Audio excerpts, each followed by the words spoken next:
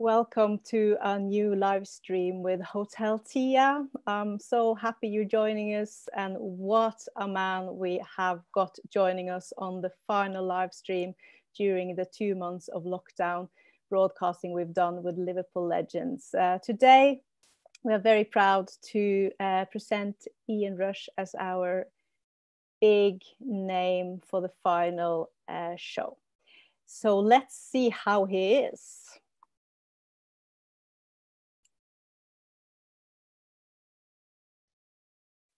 Hello there, Ian. Welcome to Hotel Tia's live talk with the one and only most scoring goal strikers in history for Liverpool. Ian Rush, how are you doing? Yeah, I'm very good. Thanks, Randall. It looks like the sun has been kind to you during the lockdown. Yeah, we've had some good weather, so I'm not complaining, but it's always nice to try and get back to normal. It is such a fine day to have you joining us, Ian, because May the 30th is such a big day in the name of football. Obviously, you should have been in Istanbul today as the UEFA ambassador with a big cup in Istanbul. That's not happening. Also, it is exactly 36 years on the day since you won that big ears yourself in Rome. And it is Steven Gerrard's 40th birthday. Happy birthday, Stevie. Yeah, so fantastic. How are you feeling? You were supposed to be in Istanbul. Yeah, I was supposed to be there, but at the end of the day, I think we all have to make sure we're safe. But again, it just brings back memories from when we won in Rome, when we won the European Cup in Rome, and it was absolutely amazing memories about that day. So it's like yesterday to me. Before we go to Rome, we need to go back to Rome. Let's go back to Madrid first, because on Monday, it's been 1 year since we won it in Madrid for the 6th time. And you presented the big trophy as the UEFA ambassador. Yeah. What does it mean to be an ambassador for UEFA and for Liverpool Football Club? What sort of roles have you got?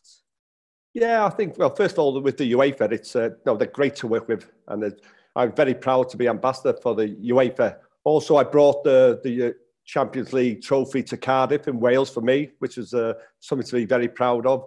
And again, when Liverpool won in absolutely amazing scenes in Madrid, to take that trophy on the stage and give it to Liverpool, who's actually won it. So for me, it was absolutely amazing. And it's the work I do for UEFA is something I'm very proud of. But it's completely different to Liverpool's ambassador. No, I've just recently signed a new contract with Liverpool. But Liverpool's in my blood. And it's as simple as that. It's absolutely amazing.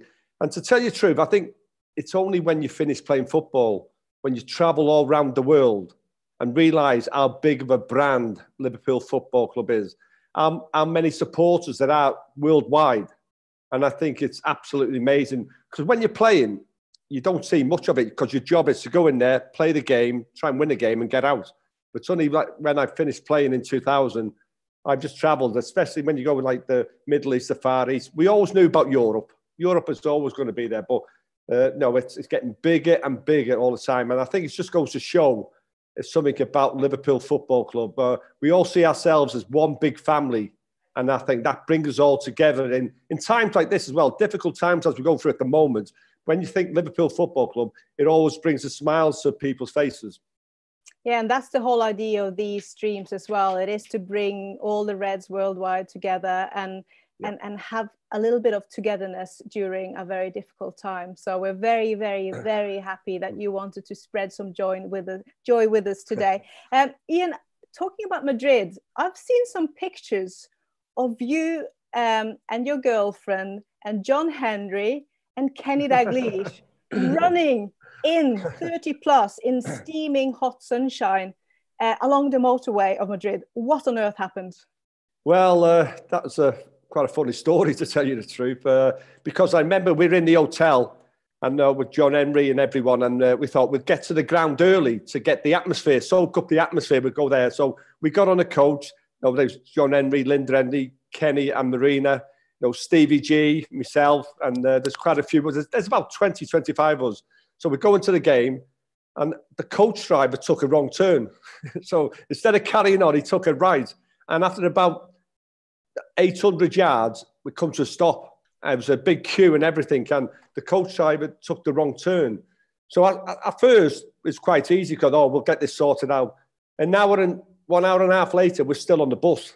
And we realised you couldn't go backwards, you couldn't go forwards because the road was shut. So there's only one thing to it, and that's what we had to do. We had to walk. I think it took us about 40 minutes in like about 30-odd degrees in our suits.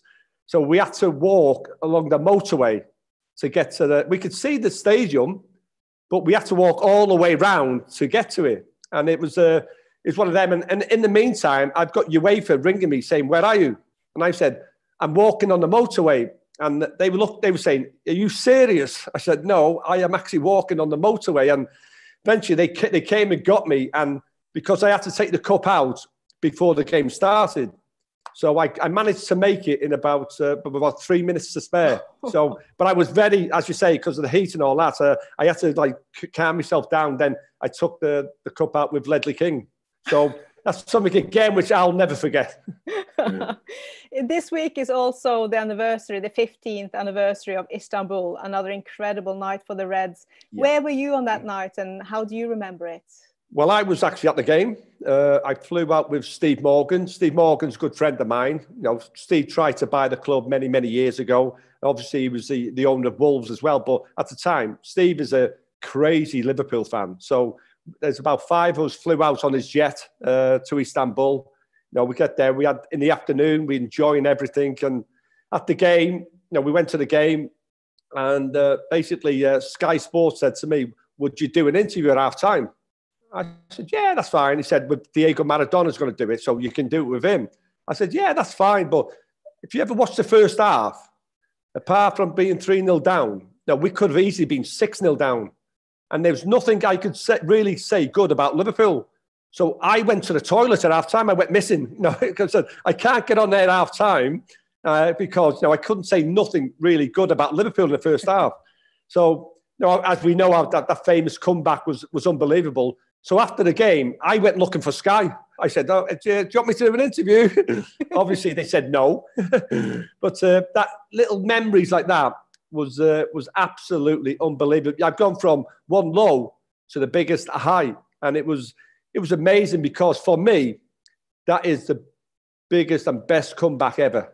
You know, where we can talk about Barcelona at Anfield. I think at Anfield, the Barcelona game is the best comeback ever. But when you think about it, Istanbul, the players only had 45 minutes to get 3 goals. And you're up against the Italians, which are the best defenders in the world. So to absolutely get that 3 goals back in that second 45 minutes was absolutely amazing. And then the extra time and penalties. But it was something that we actually flew straight back after with Steve Morgan. Went back, we had a drink in the hotel. Instead of going to bed, he said, let's see if we can get back. So he got his pilot to get back. And we were back at midday before the team. So luckily we had Istanbul, but then we had the team celebrations after as well. So again, that is something I'll never forget. You're the only person I know who's been hiding in the toilet instead of talking to Maradona. I have to say that's incredible.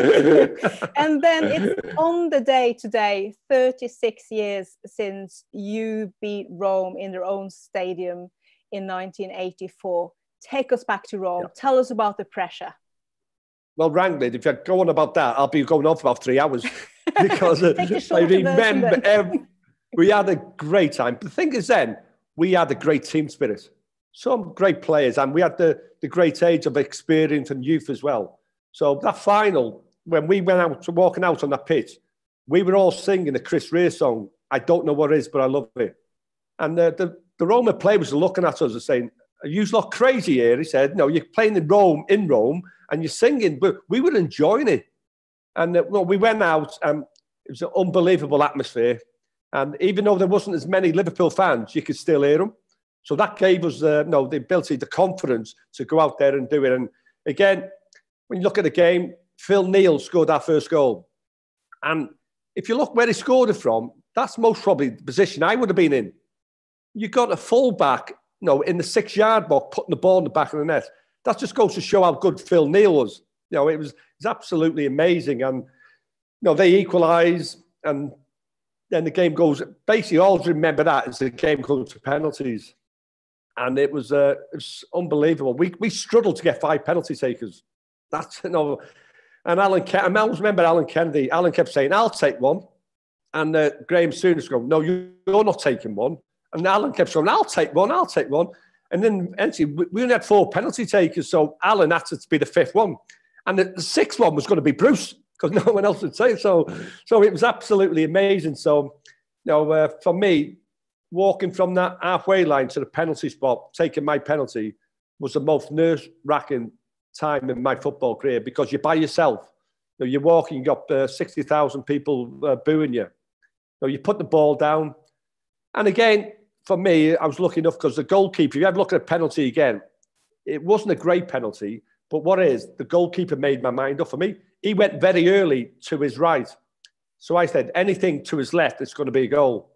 So I just, that's one split second, I seen him go. So I just put it in the other corner. It went in. And when it went in, I was most probably the most relieved man in the world since I've ever been. No, it was absolutely unbelievable.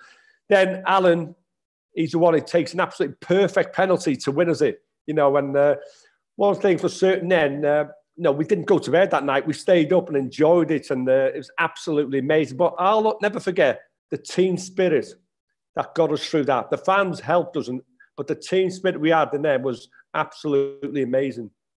Can you tell us a little bit about that camaraderie? Because when you first got to Liverpool, you've told me in one of my books that you didn't feel comfortable. You actually wanted to leave. So what changed from you were a young kid signing for Liverpool to Rome, basically? I think Liverpool is a different club. And you have a sink or swim at Liverpool. You get 1 chance, you get 2 chances. If you have 3 chances, you might as well have 33 chances, because it's not going to happen. So for me, for the first 6 months, I was a bit scared, to tell you the truth, because when I went in the dressing room, I got changed next to Ray Clement and Alan Hansen. And I'd only seen these guys on TV before that.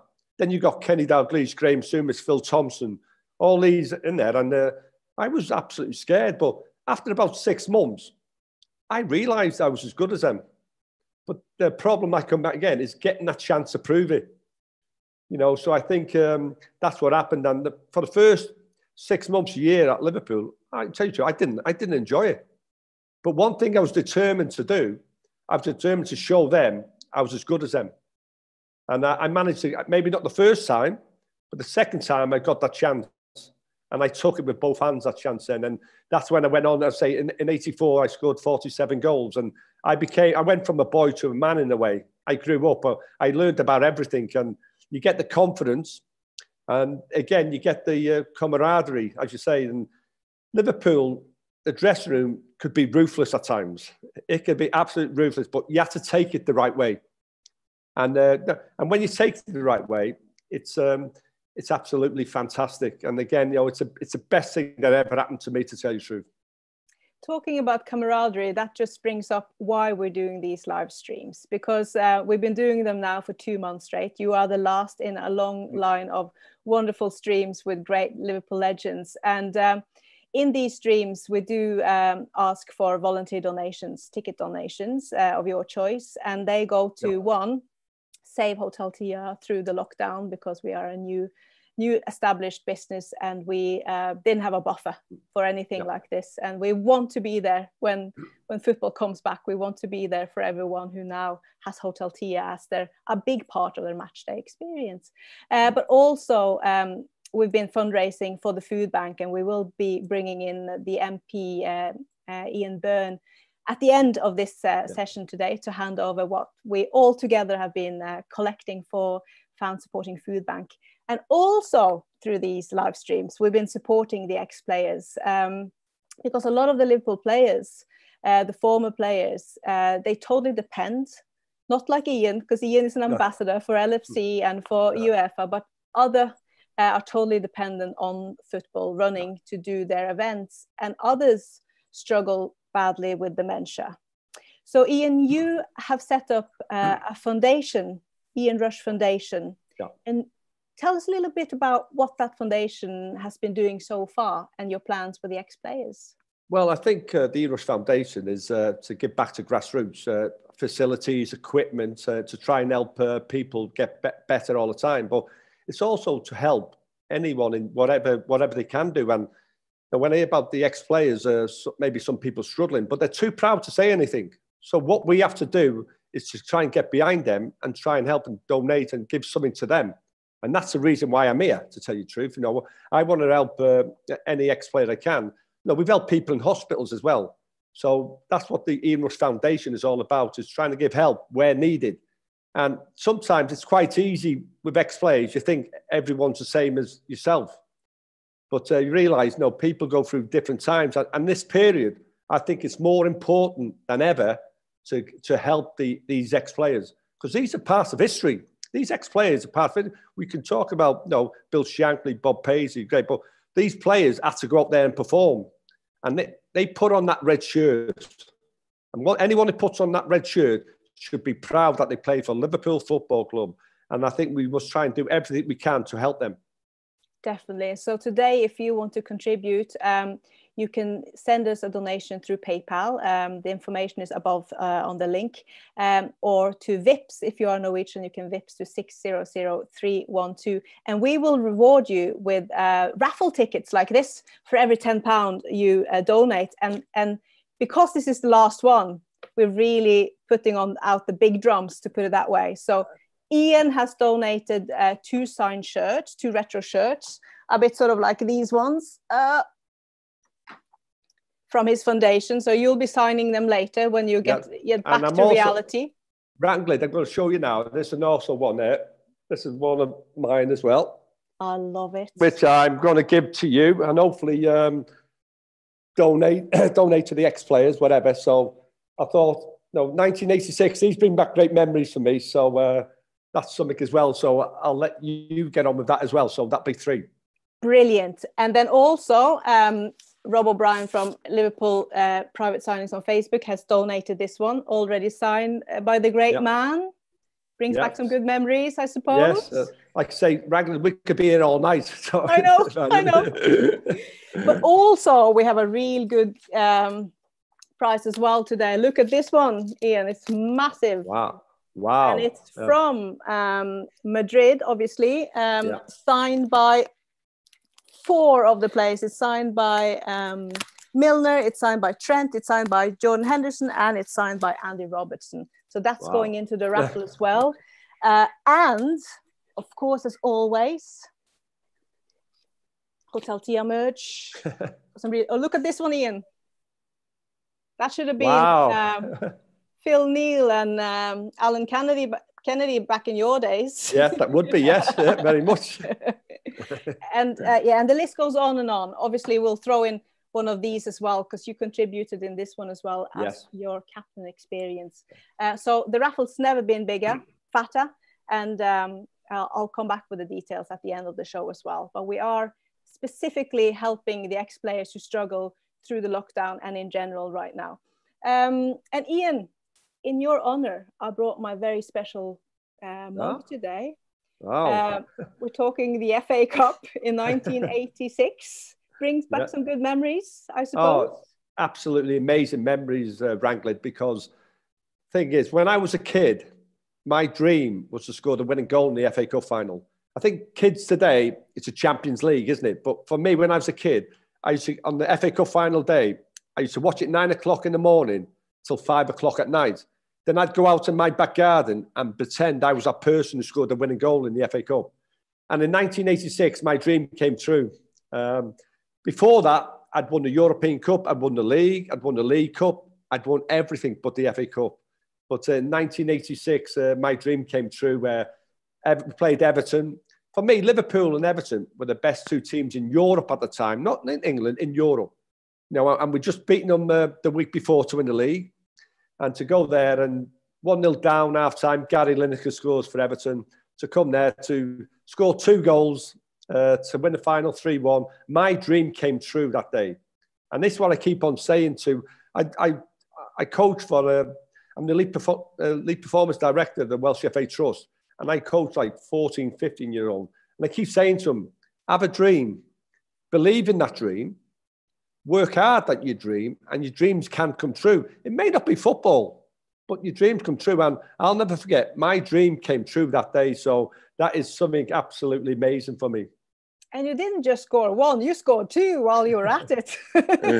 Yes, I did, yes. You mentioned a little bit earlier that it was hard for you coming to Liverpool as a teenager. Robbie Fowler has told me how incredibly supportive you were of him when he was coming through the ranks. Who was the one who really sort of helped you to become the player you were within the team when you were young? Well, looking back, I think on the pitch, it would have to be Kenny Dalglish, because what Kenny Dalglish taught me on the pitch, my job was to teach Robbie Fowler the next age, and that's why I taught Robbie, because Kenny taught me there. But then I'd say in the dressing room would have to be Graham Souness, because Graham Souness was a leader and he was a winner. Now, he wouldn't stand for second best for anything. He was a leader. So I say off the pitch, I would say Graham Souness, but on the pitch, which I think most probably in the ways is maybe more important, I don't know, but Kenny Dalglish taught me. Because when I first got inside, I was running everywhere. And Kenny said, no, you just score goals. Then later on, when I need you to do the running, you can do it for me. And it's exactly the same when Robbie got into the side. Robbie was running everywhere. And I said, Robbie, no, you just score goals for the first year or so. And when later on, as I get older, I'll need you to do me running. And that's what I taught Robbie, but Kenny taught me that as well. But your partnership with Kenny Dalglish was incredible. And you've told me your relationship was almost telepathic. You didn't really talk much while you were playing. How did that work? How did you guys communicate without talking? I don't get it. How did that work? Well, I think, first of all, it was telepathic because I couldn't understand the word what Kenny was saying to me during the game anyway. but no, I'll always remember Kenny said, when I get the ball, you run into that space, right? And I'm thinking to myself, oh, that's a load of rubbish that is and all that. And by the way, when Kenny got the ball, Kenny put the ball exactly in the place where he said. The look I got from his face that day, I realised, I said, hang on, because I was quick in them days, you know, I think, hang on, I'm not going to do this second time. I'm going to make sure I do that. So Kenny didn't even used to look. Kenny always put the ball a yard or two in front of me. And again, so I also had an extra yard on the defender there because I knew what Kenny was going to do.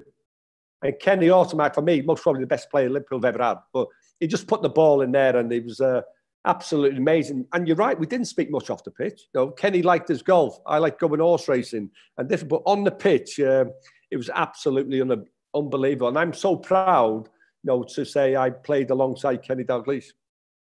Well, I have a question here from Dave's LFC chat on Twitter. Yep. You probably mentioned it just then. He says, who was your favourite player to ever have played at Liverpool? And then he also adds, or Wales. Oh, okay. Well, obviously, I just said that one. The last one was Kenny Dalglish. You know, he was an absolutely amazing player. But when you're looking for Wales, I would say Wales. And I'm going to say, I know it might sound funny, this. I'm going to say Neville Southall. Even though I scored many past him, I had the pleasure of playing with him for Wales. And the saves he made for us was absolutely unbelievable. And I think for maybe 5 or 6 years, Neville Southall was the best goalkeeper in the world. I think if he was English, he'd get more recognition because playing for Wales, and he most probably had to do more work than me playing for Wales because we're always defending. And Wales, like, I had to take the chance for Wales. And when I got the chance, for Liverpool, I could get 6 or 7 chances and maybe score 1 or 2. Where for Wales, I'd maybe only get 2 chances at the most.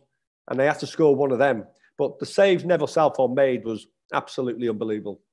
And he's from such a beautiful place in Wales as well. Llandudno, do I say it right? Llandudno. Do that. A double L. Place. If you haven't been there, guys, go and see it. Yeah. It's very nice. You scored incredible 346 goals for the Reds. Let's try to go inside the mastermind of a striker. What goes on into a head that makes you such a good and such an efficient goal scorer like that? How do you think? Well, I think you think for yourself, first of all. I think sometimes you strike, you've got to be a bit selfish in certain ways, but I think you have to be one step ahead of the defender. And I think that is, I think it's mentally as well. Mentally, you have to be prepared to do this. And for me, it didn't worry me when I missed a goal. I think for strikers, a lot of strikers today, if they miss a goal, they will not get in that position again to get a chance. That was completely different for me. I could miss 3 or 4, but I knew I'd get the 5th one. And when you scored on the 5th time, if you scored, people will forget about those you missed, right? So this is, I think it becomes it's a mental factor where you have to do that. You have to be one step ahead of the defender. And I was always on my front foot, never on my back foot. Even when you look at corners, when the corners were taken, all that, originally I would stand still, but as a person is running to take the corner, I would be moving. I'd be moving anywhere. So I'm just trying to make space for myself. So when you look at it like that, when I look back now, I think that was an instinct. You may be born with that in a way, because it's difficult to teach, but you can give people confidence. Like I said, you're not going to teach an £80 million player to be £150 million player, but you can teach a £5 million player to become a £10 million player. And little things like that. And that's about confidence and everything. And that's what that's what I try to do. And I love what I'm doing. And to be part of Liverpool Football Club is absolutely amazing. But from my time when I was playing, I thought it was normal. You know, I think it's normal, and that's what you think. And it's only when you stop playing, you realise, you say, hang on, I had the best time of my life here. And every time I scored a goal, when you look and you see the smiles on the supporters' faces, you want to do it again and again and again. You know, so, and that's what I had. I just want to score all the time to see the smiles and all that. But again, it's only when as you get older and when you finish playing football, you realise how lucky you were to actually not just play for Liverpool, to be a footballer. What you said there about missing an opportunity made me think of Mo Salah this year, because he scored so many previous season, but has missed quite a few this season, still obviously doing well. And there's a question about Mo Salah that has come in for you from Phil Rose, who is a great friend of Hotel Tia.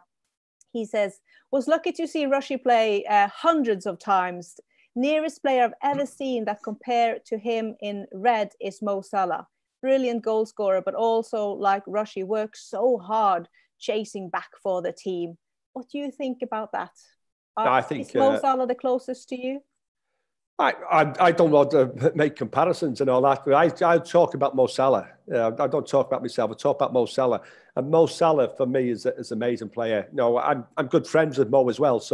But he's so down to earth as well, and I think it's absolutely he's an amazing player. He scored 43 goals in that season, and you know he's so close to getting to my record. But even again, he was maybe not score as many goals ever again in that season. But as you just said then, the way he works for the team is absolutely unbelievable. At one stage, you say Mo Salah just played on the wing, but now he can play in the middle, he can play on the left, he can play on the right-hand side. And I do think them front three at Liverpool, absolutely amazing players they are. They're absolutely amazing. And I call it's a football brain, because the three of them, like any of them could be, like I said, in the middle, on the right, on the left. They look where the space is. And where the space is, they'll use a football brain to get in that position. And that's why the three of them at the time is absolutely amazing. And I think they're the best front three for a long, long time. And they're so hard to read as well, because you can never predict what they're up to, which must be a nightmare to defend. Yes, it's a nightmare for defenders, yeah. You might have already mentioned the goal, but there is always questions. What's your favourite goal? Is that the FA Cup 86 or another goal? No, this is most probably the most asked question for me. You know, what is your favourite goal? And the answer to that is I don't have one. Oh. I said I have a favourite game, which is 1986, but as a goal, I don't have a favourite goal. Maybe you could say the first one I scored for Liverpool against a Finnish team in European Cup, because that gave me the confidence. But if I scored one goal, I want to score two. If I scored two, I want to score three. Like I said before, when I see the supporters' smiles on the faces when they go in, whether it's from maybe 1 yard out or maybe 20 yards out, you know, so I still got the same satisfaction, because when you're in front of the Kop or whatever, you say, the smiles on their faces is, I want to do this again and again and again. So the answer to that question is, I don't have a favourite goal, but I do have a favourite game. Well, your passion for supporters and how the supporters have been driving you forward to do well makes me think about the rest of this season. What's your take on the remaining season being played with no audience, and in Liverpool's case, on neutral grounds? Well, first of all, everyone needs to be safe and all that, and to resume and all that. But I don't care, long as it comes out. No, they finish the season. No, everyone finished the season, but it does have to be safe. Everyone has to be safe, and people forget about the players here sometimes. We have to make sure the players are safe, and if that happens, and at the moment it is, it'll be absolutely amazing. For me, we've waited 30 years for this, and I'm not going to count my chickens before they ask, because anything can happen in football. But we are, at the moment, we are in a good position. But I think it's going to be amazing if we can do that, and I'm looking forward to that. But again, football comes second, but everyone needs to stay safe. And one thing I do know, I still keep in check with Liverpool in the training, what they're doing now. And one thing I can guarantee all the supporters here, 100%, these guys are ready. Some people say it could take 2 or 3. These guys, the training, what they're doing and everything, they are ready. So whether they're playing on neutral grounds, behind closed doors, one thing I know, the fitness will be 100%, as I still keep an eye on everything, and they will be 100% ready for this. Well, that just leads us up to a nice question from Stephen Morgan. He says, good evening, guys. Ian, what's your thoughts on the transformation and the impact Jurgen Klopp has made on our football club? And also, who would you choose to play up front with you if you had the opportunity from the elite strikers we have had in the last 20 years? So first Klopp, and then let's pick your favorite partner over the last 20 years. I think with Jurgen Klopp, he's a breath of fresh air. I think he's a fantastic manager, and every time you meet Jurgen, he gives you a big hug. Well, obviously he can't do it at the moment anyway, and then first thing you want to do is give someone else a hug, but he's always got a smile on his face. So when you meet, even like you meet him now, you can't give him a hug or anything. That smile. So the first thing you do, you smile at someone else, and he gives positive energy. What he's doing positive energy to the players, to everyone. And I think that is absolutely amazing. Bob Paisley done it in a different way. Now, Jurgen does it in this way today, which I think is absolutely amazing. But Bob Paisley done it in a different way. And so I think he's a breath of fresh air at this moment in time. And if you look at the best players, if you're looking at strikers, I don't know, because I'd love to say, you mentioned Steven Gerrard 40 today, it's amazing, but I'd love to have played with Steven Gerrard. I played in the Legends game with him, but Steven Gerrard in his prime would have been something there. But as strikers, Fernando Torres, he was up there. Luis Suarez, they were up there. But people ask me that question. I say, I just look at that front three today. Mane, Salah, Firmino, and if I was there, I'd make sure Jurgen played the front four. It wouldn't be a front three; it would be the front four. So I'm leaving it like that. Four-leaf clover, yeah, exactly. Yeah, four. Go for it like the old days. Yes. We are changing kit sponsor to Nike, which is really interesting in terms of you, because you were their first. Sponsor, like athlete. What do they say? Sponsorship.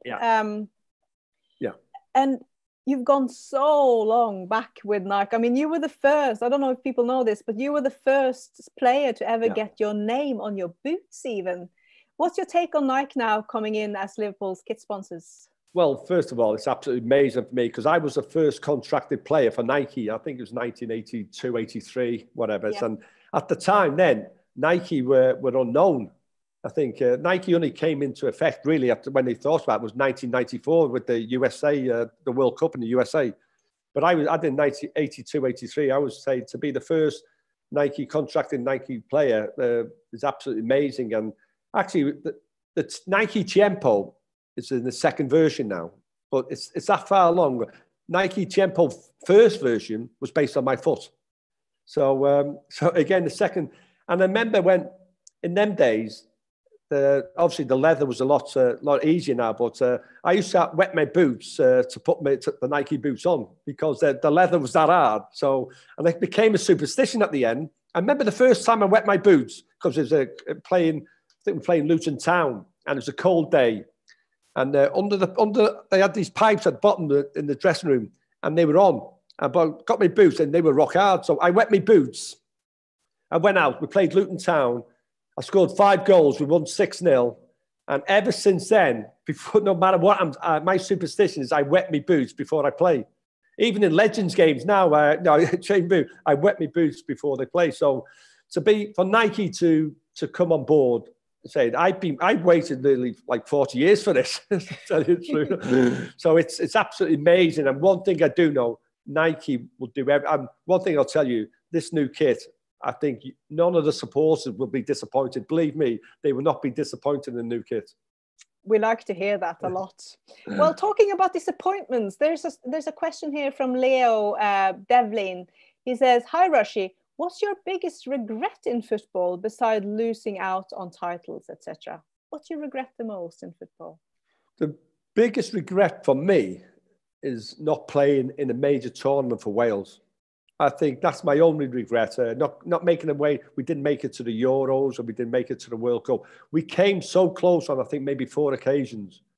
And we had a good side for Wales as well. In the 80s, we had some great players and all that. And in like 94 was most probably the biggest disappointment because actually, to get to the USA in the World Cup in the USA, we had a good team like a young Ryan Giggs and people like that. And we lost to Romania in the final game in Cardiff. And when you look about it, Romania got to the semi-final of that World Cup. So to lose out, and I really thought about retiring from international football because I really knew deep down that was my last chance to qualify for the major tournament for Wales. And it took me about 3 or 4 weeks to get over that. Even I was playing for Liverpool, but in a way, it wasn't the same. So my regret, I'm lucky enough, I speak to Ryan Giggs a lot about this as well, and I think we're both lucky enough I played for Liverpool, Ryan played for Manchester United, and we won trophies for them clubs. So that helps it a little bit. But deep down, I do have that regret that I never went to a major finals with Wales. There's a question here from Shane Daniel Menier. He says, "Tell us about that April Fool's prank with you in an Everton shirt. Giving us all a heart attack," he says.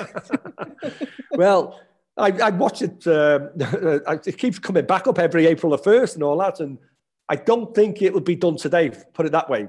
But I remember I was at Melwood and I was doing something for Shoot Magazine. I had a little thing, a column every week for Shoot Magazine. And I went to Melwood, and actually that was done at Melwood Car Park. They said, "Well, you put this Everton." And I hate to say this to Liverpool supporters, but I used to support Everton when I was a kid. So, but then you grow up, then you realise. But I just done it. I just done it as a joke and everything, and I didn't realise how many people believed it. When you're in the front magazine, so it's when you go into page 10 in the small bit at the bottom corner, say, "No, this was April the Fool" and all that, but. Everyone said it's one of the best pranks in a long time, so it keeps coming up every April the 1st.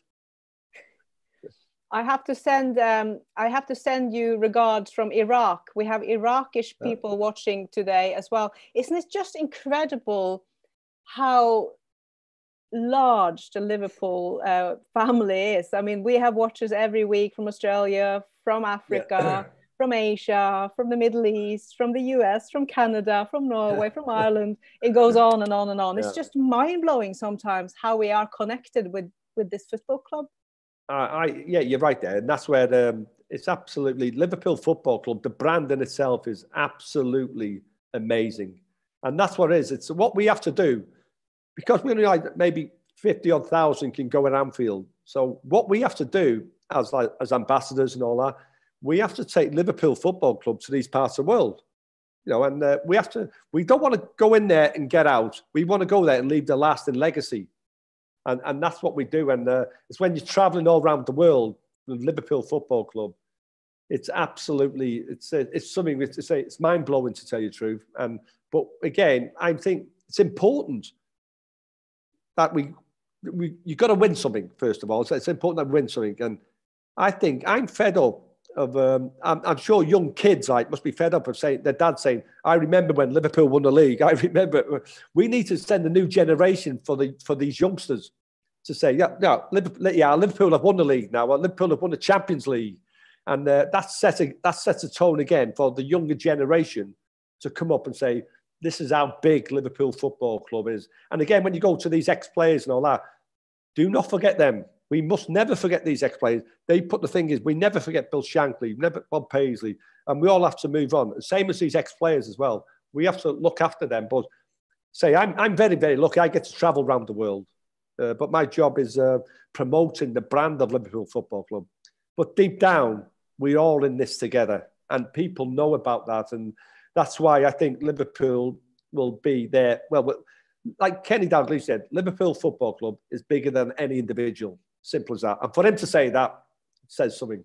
Yeah, and that's why this fundraising tonight, that will go on for the next 3 weeks until we kick off the next match against Everton. We will be continuing this fundraising from this program to really make the most of it. So please donate if you have something extra, because it will go to the ex-players who really, really need some help. And it's us as supporters who can help them and thank them that way for what they did, because not everyone's get their name song still in the stadium. There's a question here from Preben Dalgård. Are you still proud hearing your song, Rush God 1, Rush God 2? I'm so sorry I sang, I can't sing. What do you feel when you hear it? Because we sing it week in, week out. Yeah, I think it's unbelievable. I think very proud, first of all. And well, when they sing your name, it's something for me, it's to be special. And I feel very proud that people who didn't even see me play most probably sing my name as well. So it's something, you get a bit emotional sometimes. Even like, weirdly enough, when you go to Liverpool's games, when I used to go there, you go out and even like You'll Never Walk Alone. I am now a supporter. Obviously I'm like ambassador and everything now, but I'm still a supporter. And when you go there, you feel like 10 foot tall when you listen, You'll Never Walk Alone. It's amazing. And when they sing, Scouser Tommy and all that, I do get a bit emotional, to tell you the truth. Oh. Well, you mentioned Suarez. There's a question here from Sten Erik Clemensen, who's wondering how good would Suarez have been in this Liverpool team in those fabulous 3? Unbelievable. I think he was a great player, and I think when you look at Luis Suarez, he's absolutely amazing player.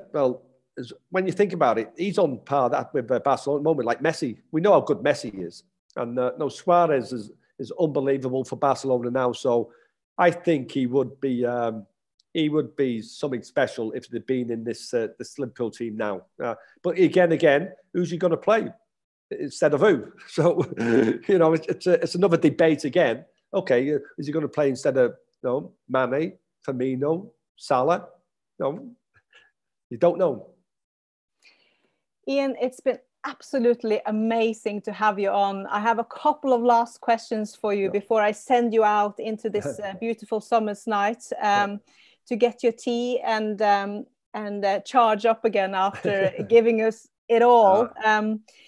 But let's go to the FA Cup in '89 before we say goodbye. That was quite a special one. How was it to play Everton after Hillsborough in such a special game? Yeah, it was difficult in a way because what happened that like Kenny was manager at the time, and he said people have different thoughts and everything. So Kenny said, "You come back to training when you feel you need to." So that was it. So on the cup final day itself, I was on the subs bench, obviously because I had a bit of illness and everything, and I wasn't fully fit. So we went there, but I'll never forget when you start in the game, you go out there and you hear the crowd and everything, but then you're concentrating on playing the game. But it's weird that when you substitute, it's a bit different because you're going out, listening to the crowd, and you're looking around you. And I looked around, and I said to myself, I didn't know which was the Liverpool end and I didn't know which was the Everton end because there was red and blue in every part of the ground, 100,000, and it was just red and blue, red and blue. And I thought to myself, if I come on and score, which part do I run to, which way do I celebrate? Because normally you run to Liverpool supporters. I said, well, you don't know what you're going to do and all that. And when I heard them singing Merseyside, that for me, but that will never happen anywhere again because that was absolutely unbelievable. And again, Liverpool and Everton to be there, went from 1-0 down, it was meant to an amazing final 3-2. And I think Merseyside were the winners that day. You know, okay, Liverpool won and all that, but I think the people united again. Merseyside, they got behind each other. Yes, Everton supporters want to win. Liverpool supporters want to win. But I just look at it and say, okay, Merseyside are the winners this time. It's absolutely amazing. And I think everyone, the city of Liverpool, should be really, really proud of themselves, the way they conducted themselves on that day. You're giving me goosebumps all over here. My last question to you, Ian, and I can't thank you enough for spending time with us tonight and fundraise for such an important cause. You are still so close to Liverpool Football Club, working for them day in and day out, representing us all over the world. How has Liverpool Football Club shaped you as a person? What have you learned most from being with Liverpool Football Club for so many years? That's a good question, actually, and all that. But I would say, if I didn't play for Liverpool Football Club, I would not have had the career I had.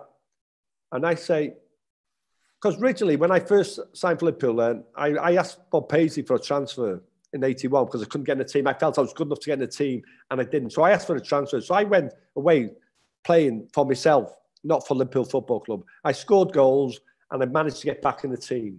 But if I didn't get back in that team, I do not think I would have been the player I was. Because what Liverpool done, like through Bob Paisley, Ronnie Moran, Roy Evans, Joe Fagan, they kept your feet on the ground. They kept your feet on the ground, and it was also to be successful. You can always do better. You can always do better. My dad always taught me that as well. He said, be careful, on the way up, you have to be nice to people on the way up because, believe me, you'll meet them on the way down. So if you're not nice to them on the way up, they will not be nice to you on the way down. So that's the way you look at it. And Liverpool Football Club summarises that up. Basically, that's what we're all in together. Remember, Bob Paisley used to go and say hello to Teresa and Ada. They were the tea women. He said, go and say hello to them and all that. Go and say hello to Sharon and all that, and call them by the names. And they loved that because they would give you tea, but we're all one big family. That's what we're. And I just look as to say, it kept my feet on the ground. And that's what Liverpool football kept my feet on the ground. And you have to work hard and you have to work as a team. You win nothing as individuals, but as a team, you can be successful. And we're all in it together, whether you say, May and Ada, like the tea ladies, or whether you like Ian Rush or Kenny Dalglish. We're all the same, but we do things in different ways. And that's what Liverpool Football Club taught me. We're just now, any minute, going to take in Ian Byrne, who is the MP for West Derby, who's representing the Fan Supporting Food Bank, and we are going to present him the cheque that we've been fundraising for the poorest in Liverpool who really needs food on their tables, basically. But before we let in Ian Byrne, I just want to ask you a final question. What does Liverpool Football Club mean to you today?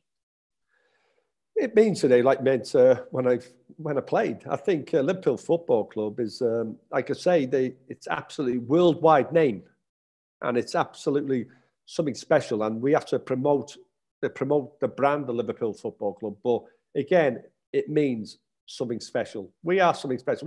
When people talk about Liverpool, right, they talk about the Kop and the song "You'll Never Walk Alone." When people talk about other football clubs, they maybe haven't got a song and they don't know that the main thing, like the Kop is the main stand for Liverpool. Well, not the main stand, but the main place. And people don't know that, but we've got the Kop and we got "You'll Never Walk Alone." And when we got to this, one thing for certain, at Liverpool Football Club, as long as we all stay together, we will never be alone. So at the end of the day, I think it's the best saying, "You'll never walk alone."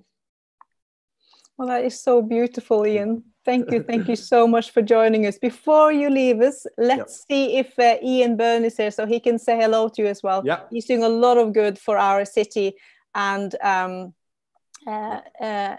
for the food bank as well. Let's see if we have him. There he is. Hello, Ian Byrne. How are you doing? Hello. Hi. How are you feeling? I'm not too bad. How are you? We are great, thank you. We just wanted Ian to say hello and before we let him go into the warm summer's nights. What's the first thing you think about Ian when you see Ian? Ian meets Ian. What's the greatest about Ian Rush in your opinion? Oh, it's got to be the derby, the 5-1. I was only a young boy watching that in Goodison with my dad, and it's something I never ever forget. One of the greatest days of my life, and the 1986 Cup final, where I was the princely age of 14. It was my birthday on that day, and we travelled down with all the Evertonians, and it was just one of the greatest days ever. And I thought it never be surpassed, and it's probably only been equal by Istanbul, but it's still my favourite day. So Ian's one of my all-time heroes. And Ian, what do you think about the fans supporting food banks? How this is Ian Rush, by the way, confusing with two Ians. Yeah. But Ian, what do you think about how the fans have gone together to make support the food banks in Liverpool? Well, first of all, Ian, I think you're doing a fantastic job with these food banks. It's absolutely amazing, and I think it's even more difficult in these times as well. So again, we've got to try and help each other. And again, it comes to Liverpool as a city.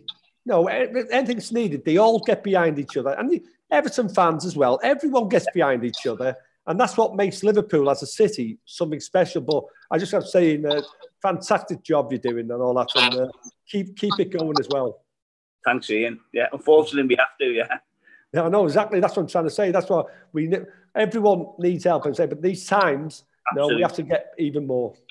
And thanks for all your support as well. You've always been fantastic when you walk past the van. And it's always fill up for all the volunteers when you give them a little wave and all the other ex-players. So, yeah, it goes down a long way. So, thanks very much, mate. And I hope you're well and your family. Yeah, what we're saying there as well, sometimes we take it for granted. And what you just said then, it's like, really, no, we can say take it for granted, but it means a lot to these people, doesn't it? So, thank you for that. You've put something in my mind again. That's one. Oh, Ian Rush, thank you so much for your time. It's been absolutely lovely seeing you again and hearing your stories. And I could listen to you all night. And I hope you will come and see us at Hotel Tia when the world gets normal again. So please stay safe, look after yourself. And thank you 1,000 million, well, actually 1,000,000 times for tonight. Take care. Thank you so much. And you'll never walk alone. And then, Ian Byrne, you are the MP for West Derby because we have now viewers from all over the world. And being an MP, can you explain a little bit to the rest of the world what that means? Well, it's the Member of Parliament for West Derby and Liverpool. So I've been represented by the people in West Derby to go and be their voice in Parliament in Westminster in London. So it's extremely honoured to be in that position. It's a real privilege, it's a real honour, and it's something which I'm extremely proud of, and it's something which I love doing, to be honest. I've only been doing it for 6 months now, since the election in December, but no, hopefully we've made a little bit of a difference, and that's all we can do in these worrying times, Agnes. You also have a big heart and engagement for fans supporting food banks in Liverpool. Tell us what that is, because for the last 2 months, we've been going on every live stream about please support the food banks in Liverpool, please support them, and tell us why it's so important to support you guys. Well, first, thank you for all your support. You've always been magnificent in Tia. Camilla, Taggy, yourself, Jocelyn, you've always been firmly behind what we're doing for our communities. And France Sport and Food Banks was formed 5 years ago between Liverpool and Everton football fans, and it was just in an answer to a humanitarian crisis which was happening on the streets within our communities of food poverty. So it was the idea of using Liverpool and Everton fans as a conduit just to collect food. So our thinking was if 60,000 Liverpudlians and 45,000 Evertonians took a tin of food to every game, that it would make a difference. And, you know, we've always got to say that. It's bloody appalling that we've got to actually have food banks in, you know, in this day and age. But unfortunately, due to decisions made by governments, we have. So that's what we've done. But also, you know, it's been a real coming together. It's a solidarity, as Ian said. You know, the city, when it's in trouble, it does come together, both blue and red. And we're extremely proud of what we've achieved. And, you know, as it's grown, unfortunately, it has grown. We've had, you know, so many brilliant people donate. I mean, you know, we've had supporter groups from Norway, Denmark, Germany, right across the spectrum, America, Australia, who have been sending money into ourselves to buy food for people who are struggling in Liverpool. But also, you know, I'd like to say one of our greatest achievements is reaching out to other supporters from other football clubs. So when there's an away game, we take food to Newcastle. We were the first donators to Manchester United food bank. So I think for all our Liverpool fans watching that, I think they'd understand the importance and the magnitude, really, of Liverpool fans coming from here and taking food to Manchester for people struggling in Manchester. And, you know, it's been a real, you know, it's a real bonus of developing solidarity between the cities, because I think there's far more which unites us and divides us, and we try to make people understand that. And that's exactly our legacy that we want to do in Hotel Tia as well. We really want to be a place where we look after each other and build a community and help the community. We're not just a business in Anfield. I mean, all our main employees have their postcode and they live in Anfield. We want to give work back to Anfield. We've done a lot of fundraising with yourselves, and we've an hour for others. We have done gift voucher collections for Christmas. A lot of the people watching today have been contributing to that. We've had Christmas twice. The 2 Christmases we've had open. We've been having Christmas for disadvantaged people around Anfield. The first one was actually with Trent Alexander-Arnold and his family. That was very special, how a young lad could pay for all the presents and the food and do that with an hour for others and Hotel Tia. So even now, when we are struggling as a business, and we're not the only business to be struggling, by the way, it's just heartbreaking how so many businesses full of soul and family businesses and businesses with a character who's struggling right now, because we obviously have been closed for an important reason. So we came up with this idea to do these live streams to fundraise, to keep Hotel Tia and our workspaces alive. But still, in our nature, we do want to give back at the same time. So the food bank and the fan supporting food bank came up straight away. And through these live streams, they've been free to watch, but people have kindly donated whatever they can to the cause. And so some of it has obviously gone to save Hotel Tia. And some of it has gone to save, well, not save, but help the old ex-players who have no income. Without any football and no events going on. And then we've collected a share to you guys. And I'm so proud to tell you that the viewers of this show over the last 2 months, every Saturday, have now fundraised between them £4,000 to fans collecting food, fans supporting food banks. So that will go some way, wouldn't it, in terms of feeding families at Anfield? Oh, I mean, that's magnificent. Don't really know what to say, but it took me breath away, to be honest. Yeah, it's just a magnificent gesture, and it's, you know, it's not more than what I expect from yourselves, and yeah, that will make a real difference. And we're looking at, you know, once we come out of this post-COVID, are doing something more permanent in the Anfield area, working with Home Baked and other partners, and really putting some roots down and doing something which is sustainable moving forward for the area. So that would be fantastic. That's a wonderful gesture. I'd like to thank every viewer, really from the bottom of my heart, from everyone at Fan Support and Food Banks. That's just truly magnificent. And I'd just like to touch on also, I'm really lucky being an MP. I'm getting paid. So there's a lot of people out there struggling who aren't, and, you know, we're all aware of the people in the city that are struggling, and people across the world, to be honest, who are watching this that are struggling. So, you know, I think it's hugely important that solidarity, what we've shown here, is shown throughout communities across the world. And I'm also extremely lucky to live about 5 doors away from Hotel Tia. So it's at the top of my road. So I know what you've created here, and I know how important it is to the community in Anfield, what you've created. And, you know, in such a short space of time, you've turned into Hotel Tia into something which is loved in my community. And that takes some doing in Anfield.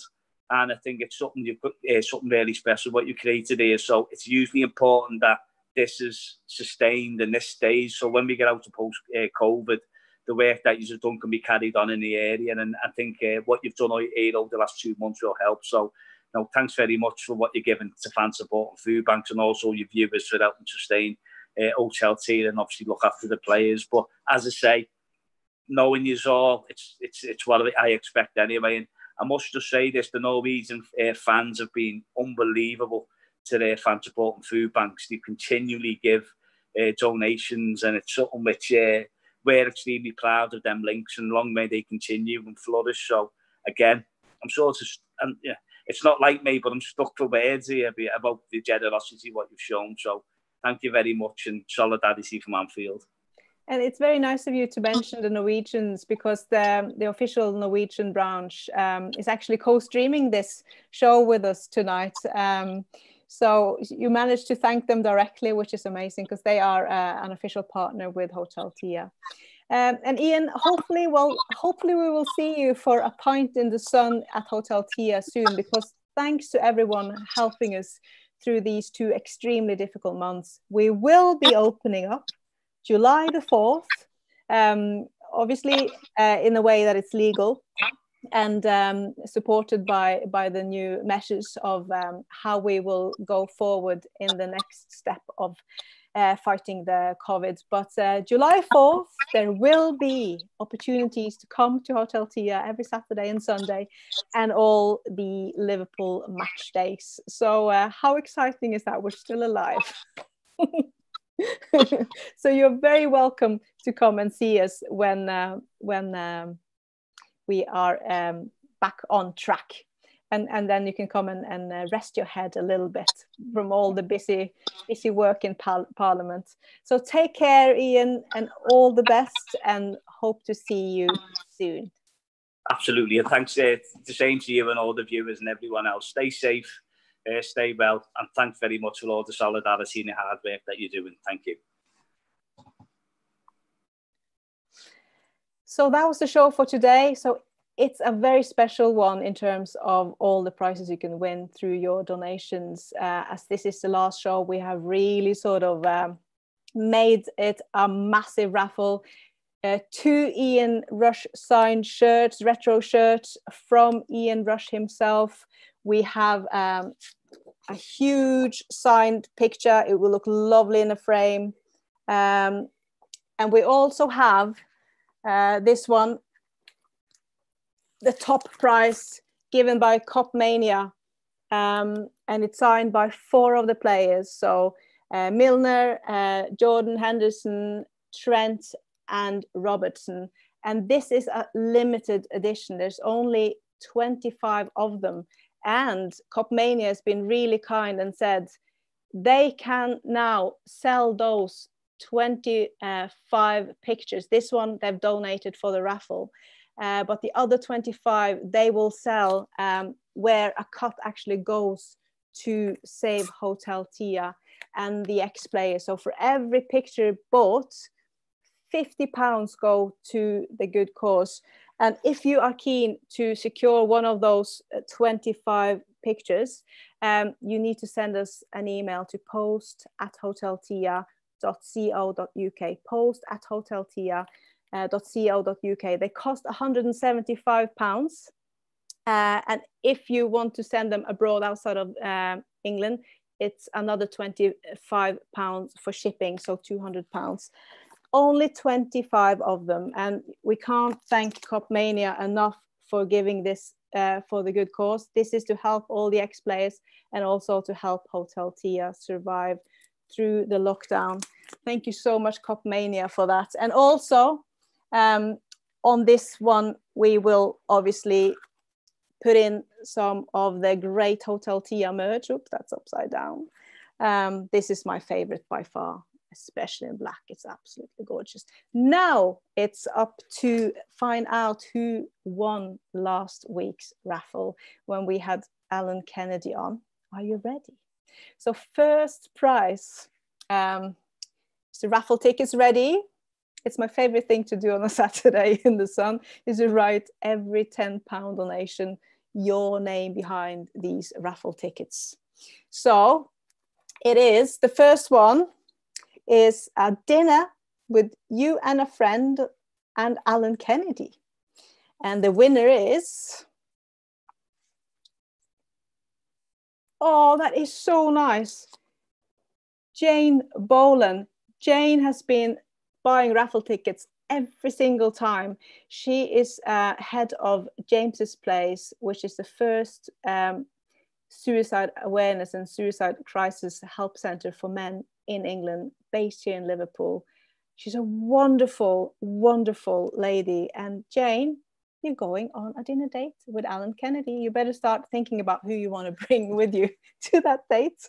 And then the next prize is this big picture here of Phil Thompson, donated by Rob O'Brien in private Liverpool private signings on Facebook. Rob's been amazing. He's donated so many beautiful pictures for this cause. So the winner is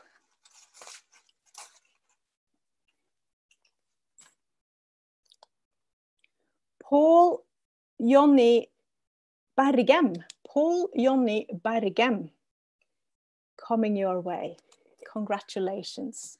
And then we are raffling out Hotel Tia merch of your choice. There's tons of different pictures. Tage Herstad has made so many cool merchandise for us, together with his designer Simon. And the merch goes to Hans H. Skogli. Hans H. Skogli, congratulations. Before we say goodbye, I just want to say something, because this was the last live stream.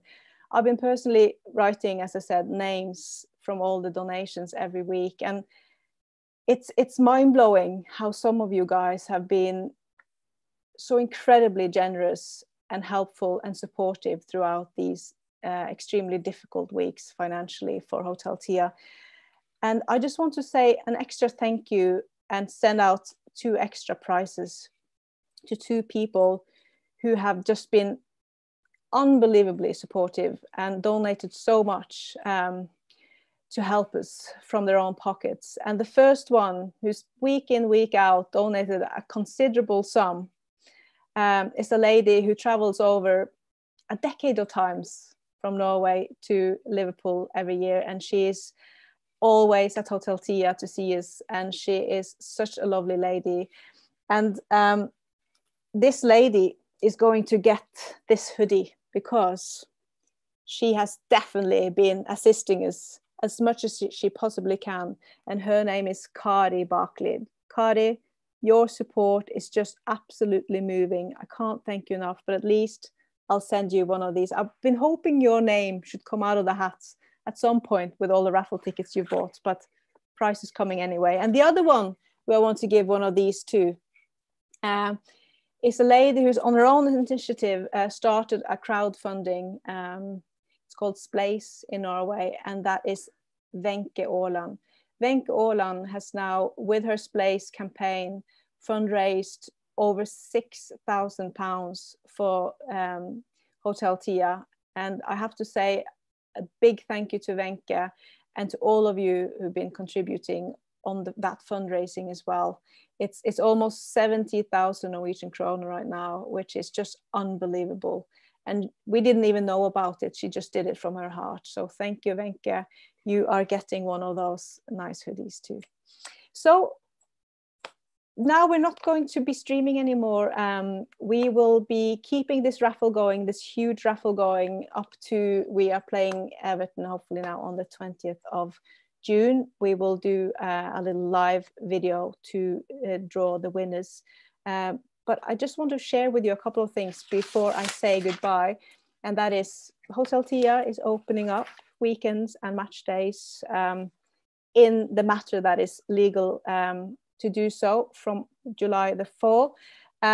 Also, if you want to catch up on all our podcasts, we've done weekly podcasts the whole season. You can do so if you go on Spotify or Apple Podcast or Podbean or all those platforms. You can listen to all the podcasts with Jamie Webster, David Fairclough, a lot of them also with James Pearce and myself and special guests. And they're all there to be listened to. Just search LFC Talk at Hotel Tia, and you can catch up on the full season with lots of incredible stories before we are back in the game in the end of June. Also, we've opened up a brand new little YouTube channel where all these streams have been saved. So just go to YouTube and search Hotel Tia and you'll find our channel, and please subscribe because that way you will help us too. It's obviously totally free, but with enough views and subscribers, it can help us financially as well. And also check out our merch. Just search Spotify, Shopify and Hotel Tia, and you can get some really nice t-shirts and hoodies designed from the Hotel Tia team with Tage Hørstad's master brain in front. That's all for now. Thank you from the bottom of our hearts, all of us at Hotel Tia, to all of you watching, sending in questions, donating, supporting us, sharing the streams. You rock. Until next time we see you, please take care, be safe, be as happy as you can, look after yourself, and as Ian Rush said, you'll never walk alone. Thank you.